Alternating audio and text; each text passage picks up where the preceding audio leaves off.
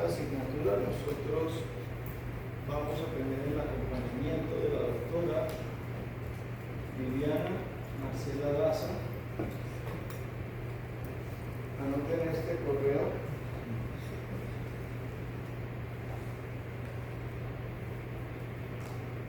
Ese correo va a ser el canal de comunicación con la doctora.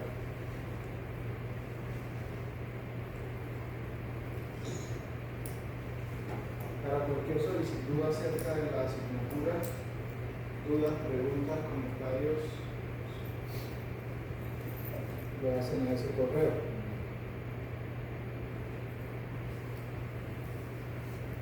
Esta asignatura tiene 3 créditos. Se desarrolla durante todo el semestre con unas conferencias presenciales que vamos a realizar los días viernes en este auditorio, empezando con la primera conferencia que es hoy. Luego vamos a tener un primer ciclo en donde, como ustedes pueden ver en el cronograma, nos vamos a enfocar en la radiografía de tórax. La vamos a abordar desde la normalidad, incluyendo los hallazgos principales de radiología y de semiología radiológica. Posteriormente nos volveremos a ver el 27 de febrero para una conferencia sobre las imágenes de la mama, el objetivo de entender cómo se diagnostica el cáncer de seno y cómo se hace la aproximación diagnóstica. Y el 13 de febrero vamos a tener el primer examen parcial. Posteriormente hay un segundo ciclo donde nos vamos a enfocar en radiología musculoesquelética y del sistema nervioso. Ahí vamos a ver hallazgos de trauma, de patología inflamatoria, de los sistemas intermusculares. Vamos a hablar del cráneo y de la columna.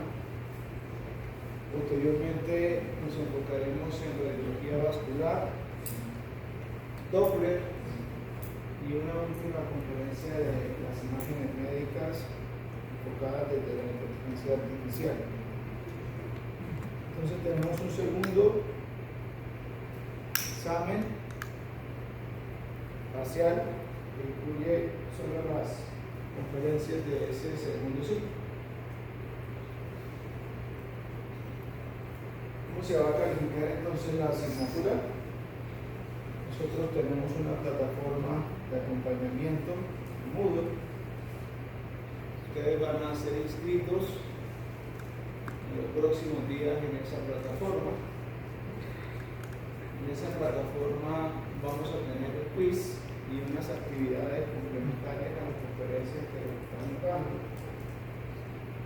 Esas actividades complementarias incluyen, en algunos casos, revisión de objetos virtuales de aprendizaje complementarios, en otros casos artículos y en otros casos son links a páginas educativas para profundizar sobre la conferencia que se dicta cada semana. La presentación de esos quizzes es obligatoria. La fecha de presentación de esos quizzes es la semana siguiente a la conferencia se da. La doctora Daza estará comentando en el correo algunos detalles adicionales o ustedes pueden preguntarle cualquier duda al correo. Cuando terminemos de promediar esos quizzes, vamos a tomar esa nota como el 20% de la calificación. El primer examen que les comentaba, el 13 de marzo, vale el 40%, y el último examen del mes de mayo vale el 40%.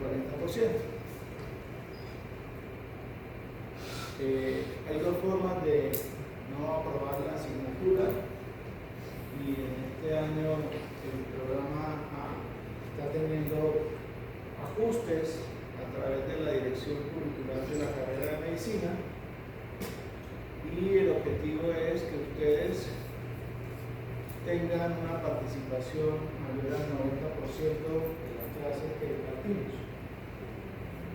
¿Qué quiere decir? Que es muy probable que este semestre algunos de ustedes pierdan la asignatura por no asistir a las clases.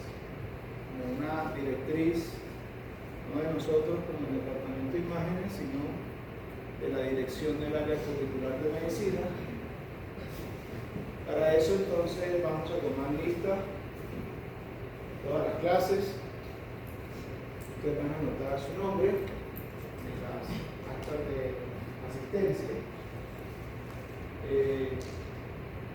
En llegado caso de que tengan una excusa válida de la que autoriza la universidad para no asistir a las clases, lo que nosotros les recomendamos desde la coordinación de esta asignatura es que en la misma semana en la que no asistieron, manden la excusa al correo de la doctora Daza, de manera que nosotros podamos ir quitándoles esas fallas justificadas y no poniendo en riesgo el perder la asignatura por asistencia. Las excusas válidas son excusas de salud, ustedes deben validar en el sistema CASE. Las excusas por fuerza mayor, ustedes deben justificar adecuadamente en el correo. Entonces les paso a la lista. Si no aparecen en esta lista, que es una lista preliminar, hasta que nos salga la lista oficial del CIA, ponen su nombre en la parte final con su número de documento.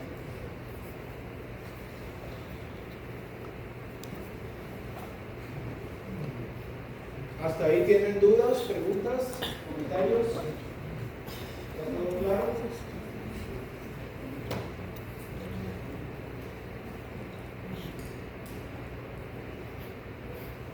Bueno, dicho lo anterior y haciendo la introducción formal de la asignatura, hoy vamos a ver la clase que se llama Introducción a las Imágenes. Lo que les voy a explicar hoy es básicamente cuál es el origen de la especialidad de radiología, de dónde viene, cómo se construyó a lo largo del tiempo, cómo ha evolucionado, cuáles son las diferentes modalidades de imagen que tenemos. Y ustedes pueden hacer preguntas durante la conferencia para resolver dudas o hacer aportes a la clase.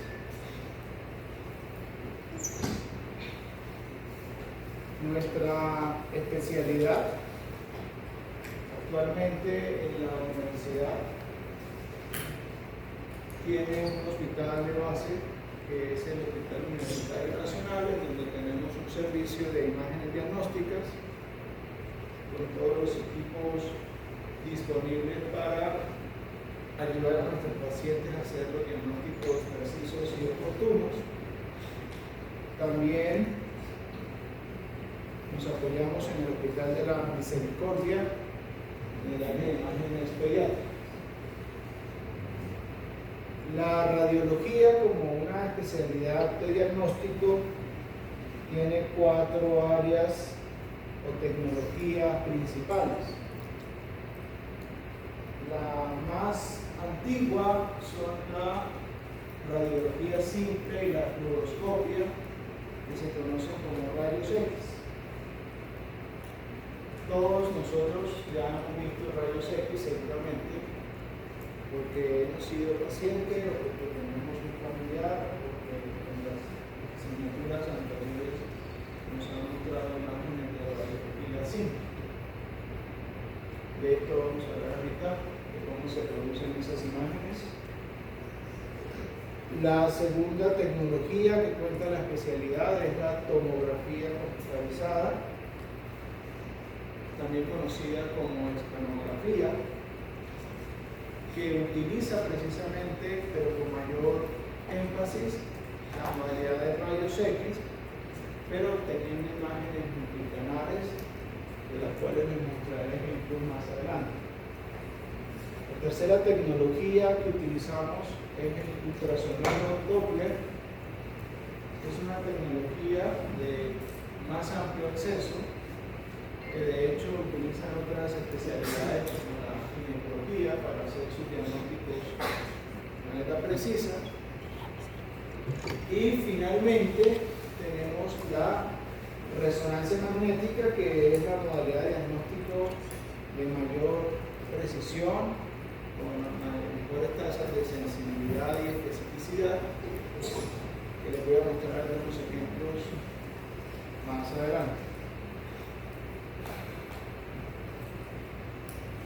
Entonces, la especialidad de radiología, como les contaba, con 4 tecnologías importantes, se organiza de diferentes maneras en cada hospital, en cada país. En nuestro hospital universitario, la especialidad se divide de acuerdo al área corporal de experticia. Entonces, es una especialidad de 4 años y posteriormente nosotros hacemos entrenamiento específico en algún área corporal con el fin de aumentar la experticia y de esa manera hacer diagnósticos más precisos.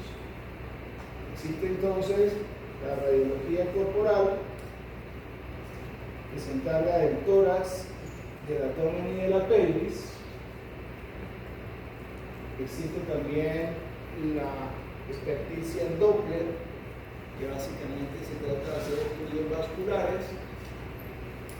La neuroradiología, la radiología musculoesquelética, las imágenes de la mujer, la radiología pediátrica.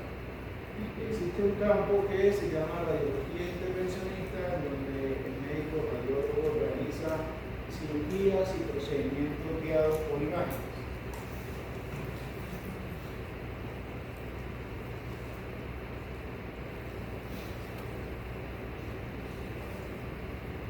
Quiere decir eso, que la especialidad de radiología es una especialidad amplia, transversal. Ustedes van a ver de hoy en adelante en todas las ocasiones de su vida.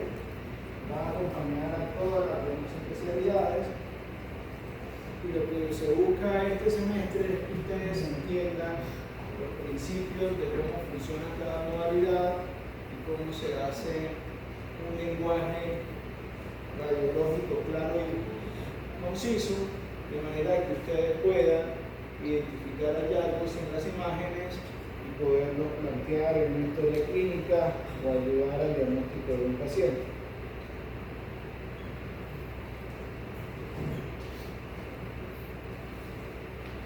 El primer hito histórico que nosotros enseñamos es la fecha en la cual se descubren los rayos X, 8 de noviembre de 1895, por este profesor Wilhelm Conrad Röntgen, quien descubre la tecnología que él llamó rayos X, al no tener otra forma de escribir lo que había encontrado. Fue un hito tan importante en ese momento que se le otorgó el Premio Nobel de Física en el año de 1901.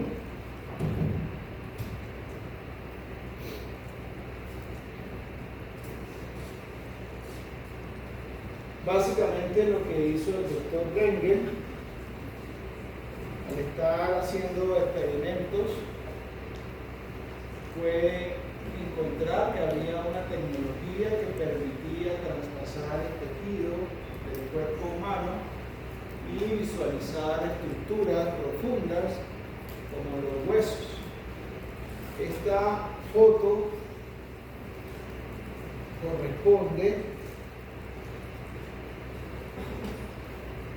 a la mano de la esposa del doctor Röntgen, y una foto muy similar se le tomó también al presidente de esa época de la academia, a la cual en una demostración oficial el doctor Röntgen le tomó una radiografía de la mano.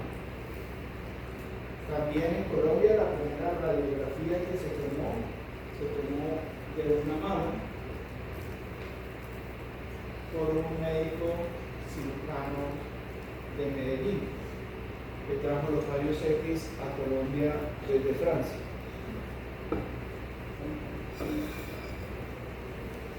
Entonces, 8 de noviembre de 1895 es una fecha que todos los médicos debemos guardar en nuestra memoria como una fecha importante por el descubrimiento de los rayos X. En sí, ¿qué son los rayos X? Son partículas fundamentales de la materia. O sea que los rayos X están en el rango de los protones, de los neutrones, de los positrones, de las partículas altas. Son pequeños elementos que por su tamaño pueden penetrar el cuerpo humano y interactuar con otras sustancias. Para entender un poco qué son los rayos X, utilizamos esta gráfica en donde entendemos, por ejemplo, aquí en esta zona se encuentra la luz visible. La luz visible es lo que nosotros podemos ver con el sentido de la visión, y básicamente eso se expresa en unidades de medida muy pequeñas. Miren que estamos hablando de 0.5 por 10 a la menos 6. De ese tamaño son los protozoos, por ejemplo, del tamaño de 10 a la menos 6. Más grande que ese tamaño vamos a encontrar partículas, por ejemplo, como las ondas de radio o las microondas o el infrarrojo, pero más pequeño que la luz visible vamos a encontrar los rayos X en un rango que está alrededor de 10 a la menos 10. ¿Qué quiere decir eso? Pues que los rayos X básicamente son invisibles al ojo humano. Y el nivel de medida es átomos.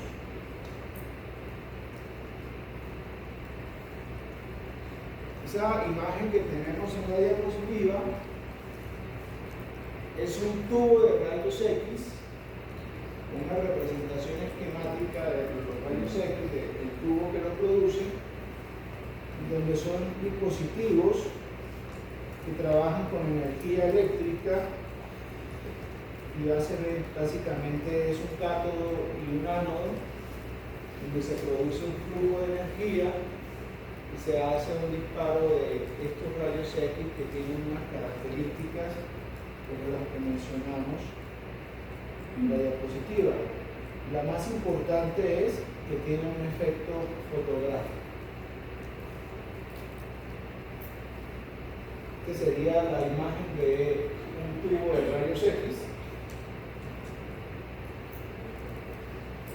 Y esa sería una imagen de radiografía de columna cervical.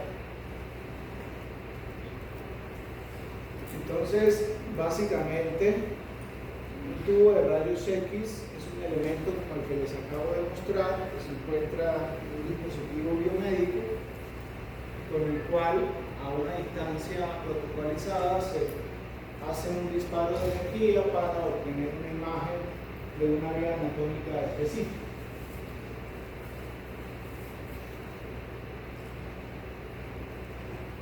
Para que todos hablemos el mismo idioma, entonces hay que entender es la semiología radiológica, es decir, cómo se habla cuando se interpreta una imagen médica. Para eso, en rayos X utilizamos las densidades.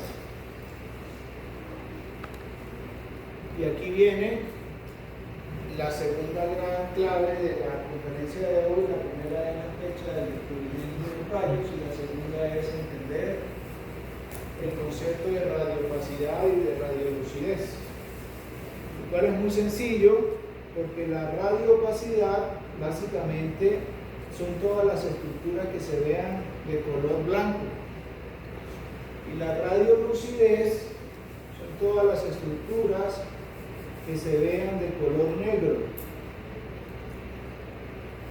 El espectro que hay entre el blanco y el negro, que son todos los niveles de grises, se conocen como opacidades intermedias, y ahí vamos a encontrar diferentes estructuras que ya les voy a ir mostrando. Por ejemplo,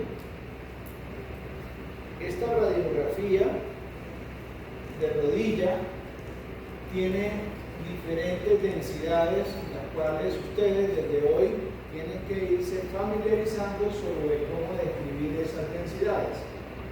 Entonces, lo que primero observamos en esta radiografía de rodilla, que es lo más visible de ver, pues son las estructuras óseas, en este caso el fémur distal, la rótula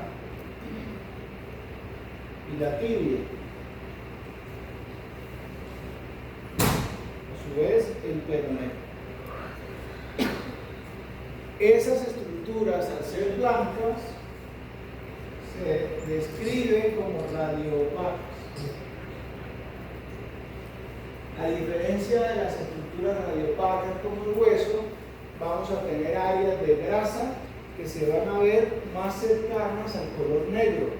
Por ejemplo, la grasa que tenemos acá en esta zona, infrarrotuliana, o la grasa subcutánea que está debajo de la piel, que es esta. Está en la piel, y debajo de la piel tenemos una grasa subcutánea, que si ustedes se dan cuenta se ve de un color. ¿Te dijeron hasta que las ibas a tener esta victoria? Hasta las 9. Es que los admitidos están a las 8 programados. Bueno, nos acaban de informar que vamos a hacer más corta y los admitidos tienen prioridad, por supuesto. En ese orden de ideas, la radiolucidez que nosotros vemos en una radiografía es algo muy similar al color negro. No significa que sea de color negro. De color negro ya vamos a ver ejemplos de qué se ve de color negro, pero la grasa, al ser de baja densidad, se ve de un color hipodenso. Este ejemplo de radiografía de tórax nos deja ver también diferentes densidades. Entonces, lo que se ve negro, como esta zona de la radiografía, es el parénquima pulmonar que tiene contenido de aire. Entonces ya sabemos dos cosas que se ven radiolúcidas: el aire y la grasa. Y en esta radiografía vemos el corazón o el tejido mamario, que se ven radioopacas. O sea que ya sabemos que hay otras cosas que se ven radioopacas, por ejemplo la sangre que está dentro del corazón o el tejido mamario que es denso y se ve radiopaco. Entonces, radiopaco, la aorta, la silueta cardíaca, la vena cava superior, tienen las estructuras vasculares porque contienen sangre, contienen líquido, y entonces el líquido se ve radiopaco, al igual que el hueso. Dos cosas radiopacas: la sangre, los tejidos, los órganos. Dos cosas radiolúcidas: el aire y la grasa.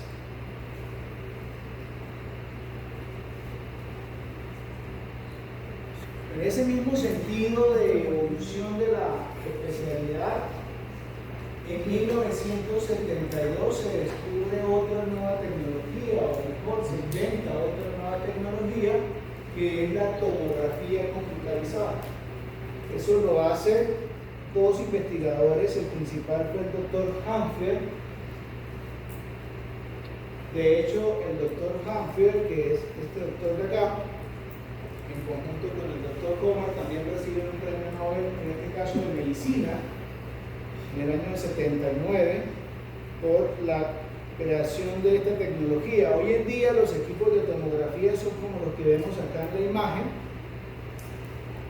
Son equipos que, si ustedes se dan cuenta, tienen una camilla en donde se acuesta el paciente, que es esta, y tienen esta estructura que se llama gantry, y acá hay una cantidad de rayos X o de tubos de rayos X. Ya no va a ser uno solo, sino múltiples en toda la circunferencia del tubo. Por lo tanto, cuando uno lo pasan por ese gantry, se obtienen imágenes multiplanares como las que estamos viendo acá. Este es un ejemplo de las imágenes multiplanares que se obtienen con tomografía computarizada, en donde uno programa en el equipo todas las imágenes que quiera producir. Las más convencionales son la axial, la coronal y la sagital.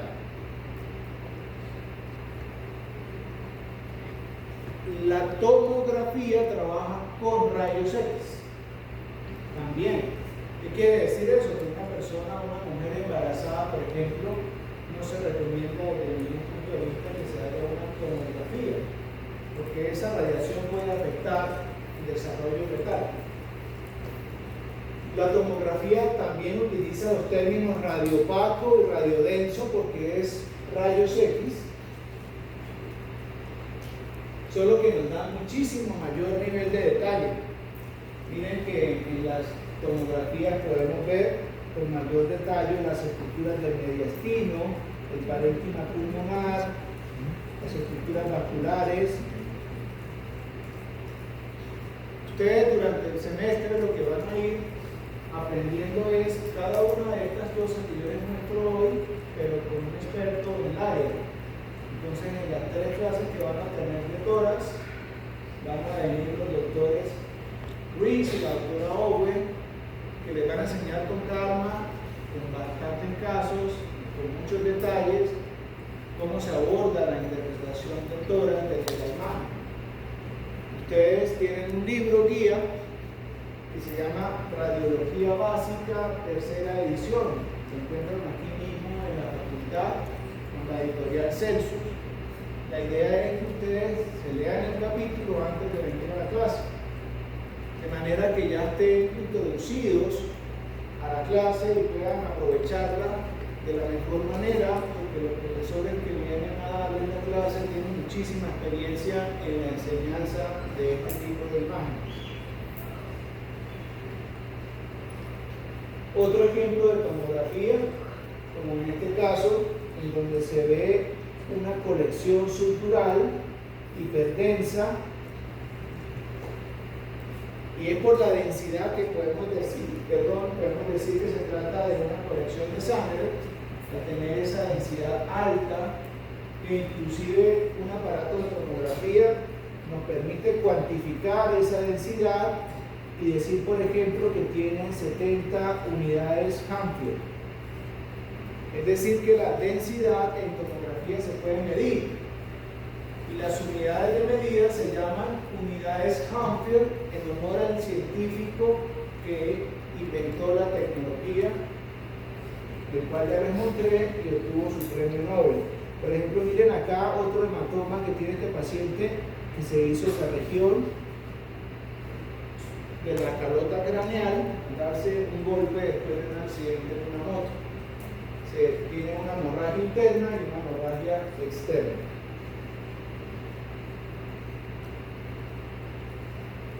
La tomografía permite hacer inclusive reconstrucciones tridimensionales de los órganos. Como ven acá, tenemos una reconstrucción tridimensional de la aorta, la cual muestra un aneurisma. Miren, la aorta normal acá se ve que sería esta estructura, pero hay un flap de disección que es este, y entonces por esa razón acá en la reconstrucción tridimensional se ve una aorta ensanchada. Con este tipo de examen, los cirujanos pueden hacer un planeamiento quirúrgico muy preciso sobre cuáles son los lugares donde ellos deben incidir sobre la aorta para hacer una corrección de ese aneurisma y de esa disección.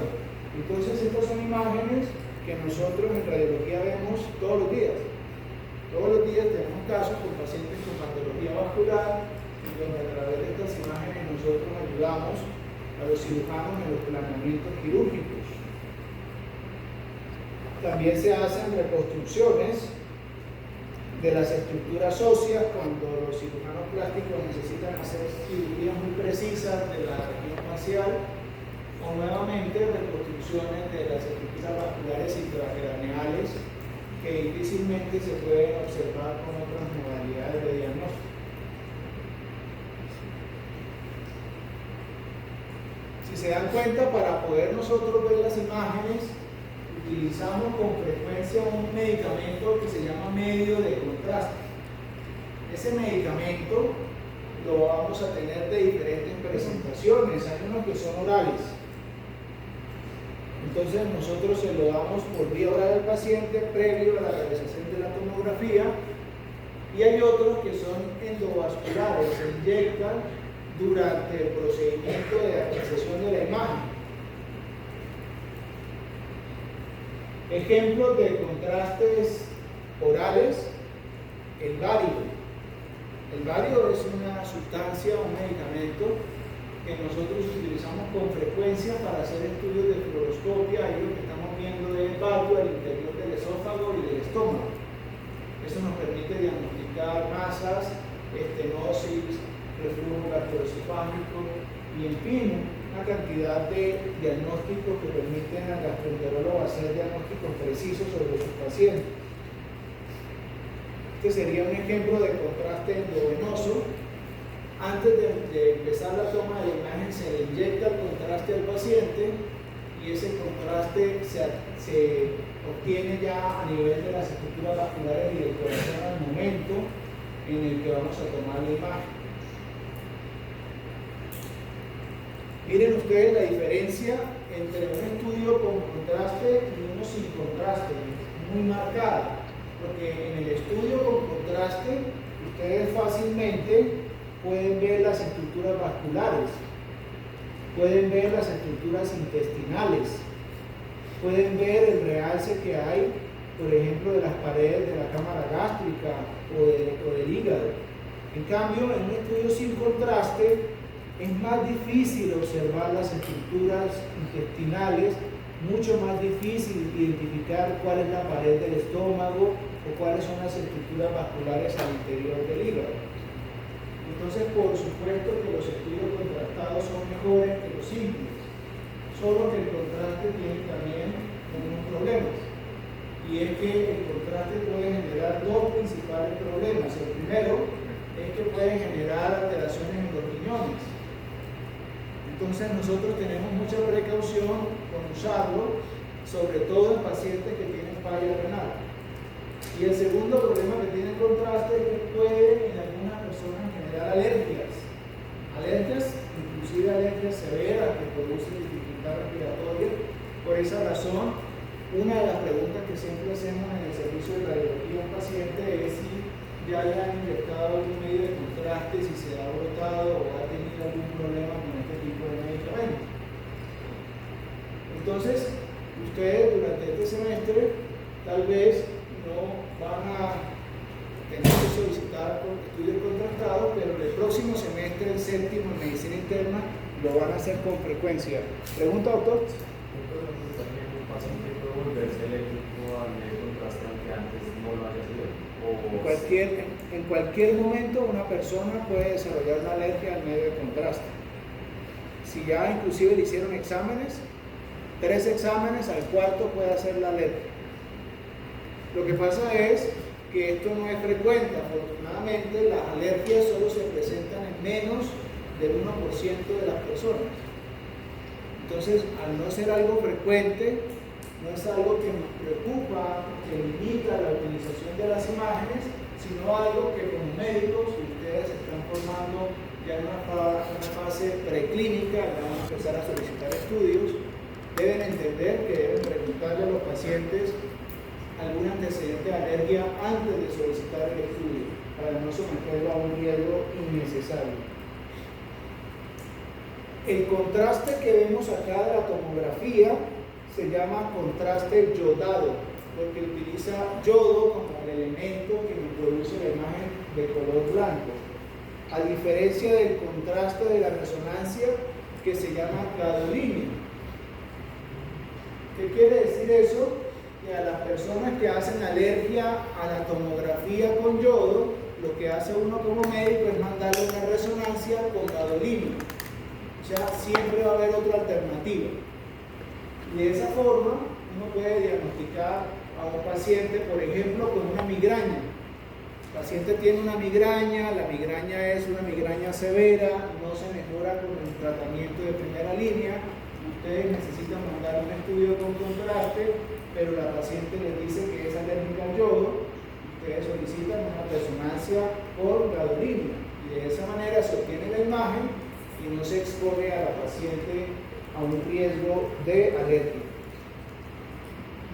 El gadolíneo produce lo mismo que el yodo, básicamente realza o nos deja ver con mejor contraste la patología o las imágenes del paciente. En este paciente, por ejemplo, miren que tiene una masa retroorbitaria que inclusive ha crecido de tal forma que está desplazando el ojo o la órbita hacia adelante. El ultrasonido es la tercera tecnología de la que les hablé. ¿Doctor?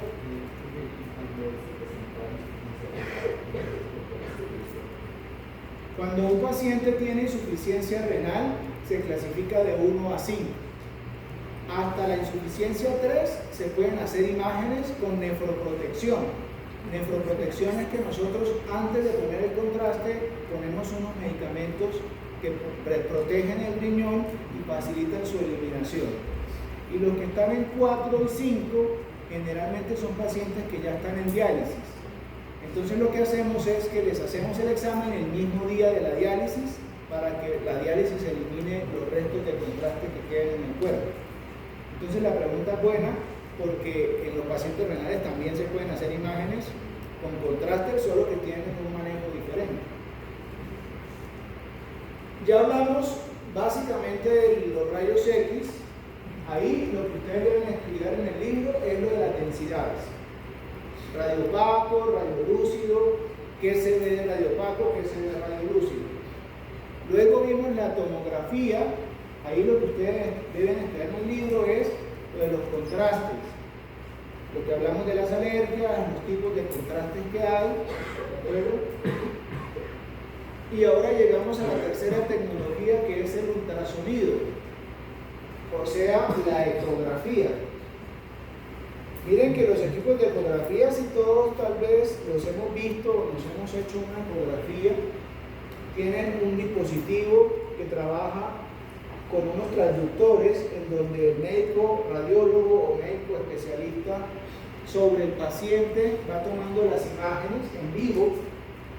Esas imágenes dan unas escalas de grises, como la que estamos viendo ahí. Básicamente esto es el hígado y esto es la vesícula biliar.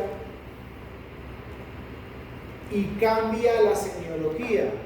Entonces ya no se habla de lo que es negro, no se le dice anecoico, sino que cambia por ser otra tecnología. Entonces a lo que es negro se le dice hipoecoico. Y a lo que es de color blanco se le dice hiperecogénico. Como cambia la tecnología, cambia la semiología. Es como si uno fuera a otro país, cambia el idioma. Es algo simplemente relacionado con la tecnología que se utiliza.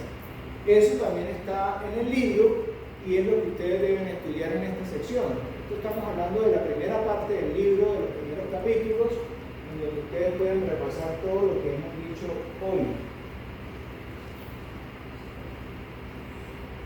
Pregunta, doctor. Entonces, ¿cuándo se dice Anecoico sería cuando algo es completamente negro. Por ejemplo, el líquido biliar que veíamos en la ecografía. Anecoico. Pero existe, como todo en radiología, es una gama de grises, desde el anecoico hasta el hiperecoico. Existen otros términos y por eso es que aparece el término hipo, ecoico, y aparece el término iso, ecoico. Son términos intermedios. Entonces, cuando yo estoy haciendo una ecografía, por ejemplo, vamos a poner un ejemplo, una ecografía para apendicitis. Yo estoy viendo el apéndice y los términos que yo utilizo para decirle al médico tratante que tiene una apendicitis es decirle que yo estoy viendo una estructura tubular ciega que es isoecoica. Entonces el médico que me está leyendo, como sabe la semiología ecográfica, él entiende que yo le estoy describiendo el apéndice. Yo al final concluyo en mi informe de ecografía que hay una estructura isoecoica inflamada que corresponde a apendicitis aguda. Entonces, esos términos nos sirven para entendernos entre médicos. ¿De acuerdo? Para entendernos entre médicos.